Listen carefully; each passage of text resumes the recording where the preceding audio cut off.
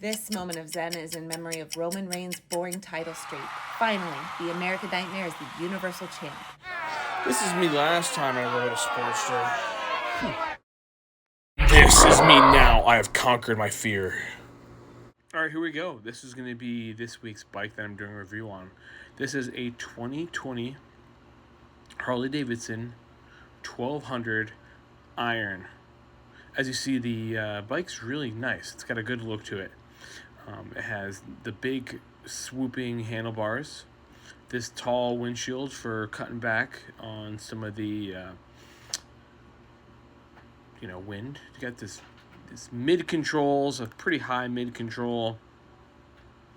Really good looking bike though. Lots of quick release stuff, nice crash bar there.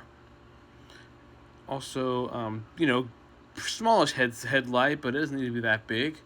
More of the Harley Davidson stuff on the gas tank there with the cap in the middle there, the classic kind of Sportster look.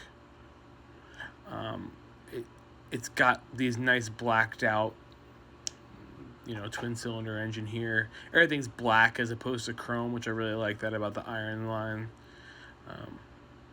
You can also see that kind of everything really looks like it goes with it. It's got this sissy bar in the back here. It's got some just nice touch to it. A lot of times Harleys have too much chrome on it, and this one doesn't have much at all. Just a couple little pieces here and there, which I really like about these particular bikes. There's just not, nothing wrong with an Iron as far as like aesthetically looks. They did it really tastefully. I like how the seat goes with it and these nice little bullet style brake lights in the back. Really do admire the handlebars. Those are really nice. It's got those turn signals up in the handlebars for kind of like that bobbered out look. These cool mirrors. That one has a little bit of scratch on it. Same thing on the other side. Everything's all blacked out here. Not too much chrome. You got the 1200 on there. Big, nice, comfy seat. I don't know what this thing does. I'm trying to figure it out. Push it up. I don't know. Maybe someone will tell me in the comments. But there it is. All right, here we go. This is kind of some of my first impressions after riding this bike for a little while. I've really enjoyed the nimbleness of it. It's super lightweight. Goes around corners easily. Anybody can jump on this thing and just be able to ride it if you've ridden a motorcycle before. These are like super big, beginner friendly. More beginner friendly than my V-Star 650. More beginner friendly than my Shadow 1100. Not quite as user friendly or newer friendly as that K-pipe I had a long time ago. That thing was just silly to ride. But this thing is very, very easy to ride. If you have ridden motorcycles before, you'd have no problem riding this thing. And I don't know what the problem that people have with these Sportsters are. I think maybe because they're some type of a girl's bike, maybe to some. And I think the main thing that's wrong with these Sportsters is other people's opinions of it. These are perfectly serviceable motorcycles. Very easy to ride. They're fun. They can go fast. Maybe not at the bottom end, but at the high end, when you're kind of climbing higher in the gears, it goes plenty fast. You won't be beating any sports bikes. You won't really be beating anything bigger than a 1200, but you'll be able to keep up with anybody that can ride, and that's not going to be goosing the throttle on you constantly. You'll be completely fine. Of all the bikes I've ridden, I'd say that this one may be the most surprising, just because I've heard so many things about these Sportsters, and I've seen so many reviews about them, but after riding it myself, I have a completely different appreciation for them. I understand why this is the number one selling bike, maybe of all time. Check me on that one, but I'm pretty sure the Sportster is the number one selling bike ever. And it's just because that it's so easy to ride, and it offers a lot of power, and you can kind of give it whatever you can.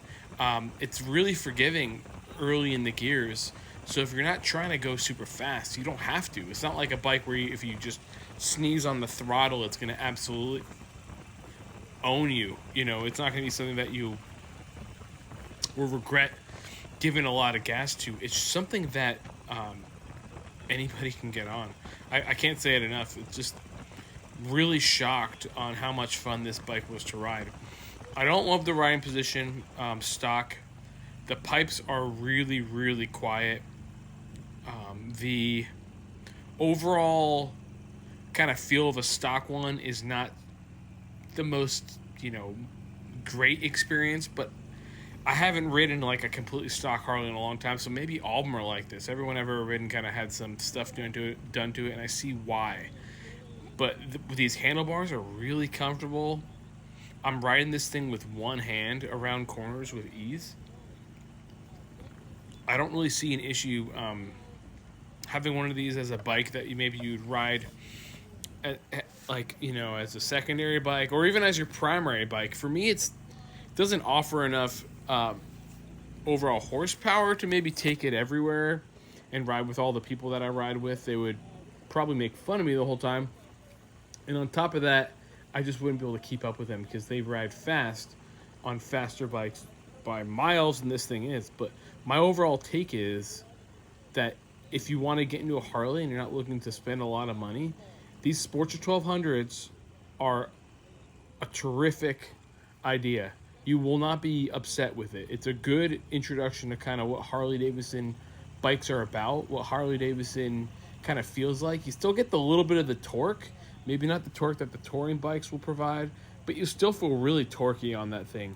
And the overall kind of sense you have on this bike is that it's really easy to go around corners. Most of the time, I'm using just one hand, and that's all I have to use is just one hand. You can lean into these corners. You don't have to push or pull on the handlebars. You just lean, and it goes. So I really like that about it. If I were to say some things that are negative about it, it would probably be just this riding position, and I don't even feel like it's gutless. I've gotten on it pretty good kind of early before I was recording anything, and I don't think it's necessarily gutless. It's not as fast or doesn't feel like quite that pull of the touring models or of the their smaller bikes like that Street 750. That thing was just an absolute like ripping roaring beast because it was so light and it had this really compact taut engine. It's not quite like that. It doesn't feel like this hybrid bike like maybe that one does, and it doesn't feel like a touring model. It feels something right in the middle to where anybody can get on it. This one only has like 2,000 miles on it, which is crazy. The 2019 with 2,000 miles on it, so this is still getting broken in. I don't even know if I've ridden a bike this new, but this one is just a lot of fun, and I've thoroughly enjoyed myself in this whole ride. Like I've said, I'd recommend this for anybody. Maybe I'll buy my girlfriend one of these, or maybe this one. I don't know, but this is a perfect bike for women, for people that are maybe just too big of wimps. Actually, I'm just kidding. I love women and weak women, like old women, like this lady on my bike. She's awesome. Of course, receive 20% off at borscum.com with code Octobiker. Thanks for watching. This is Derek's mom. I just want to say congratulations. Derek told me you just married your husband, and I celebrate with you. Have a wonderful life.